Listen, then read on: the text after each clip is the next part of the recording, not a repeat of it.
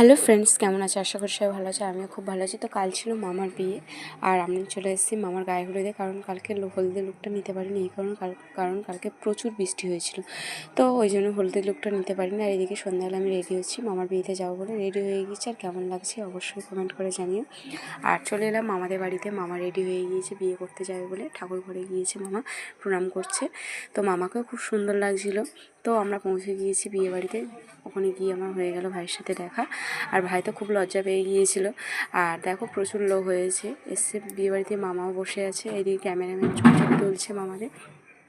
আর প্রচুর প্রচুর লোক হয়েছে। তারপর চলে এলাম মামির কাছে। মামিকে খুব সুন্দর লাগছিল, আর মামাকেও খুব সুন্দর লাগছিল। মামার কাছে চলে এসেছে। আর এদিকে পকোড়া নিয়ে নিয়েছি খাবো বলে।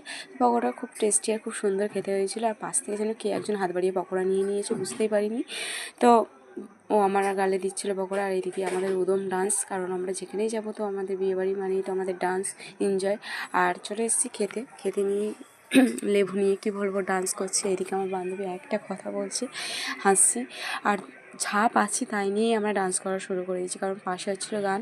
আর গান শুনেই আমাদের নাচ তো বন্ধ হবে না। খেতে বসেও আমরা নাচ করছিলাম। এদিকে লেবু ছিল, লেবুটা নিয়ে গেছে কি টক। আর তারপর চলে গেলাম বিয়েবাড়ি থেকে বাড়ি। তো তখন বাজে 2টো। সবাইকে গুড নাইট জানাই, তোমাদেরকে জানাই। চলো বাই।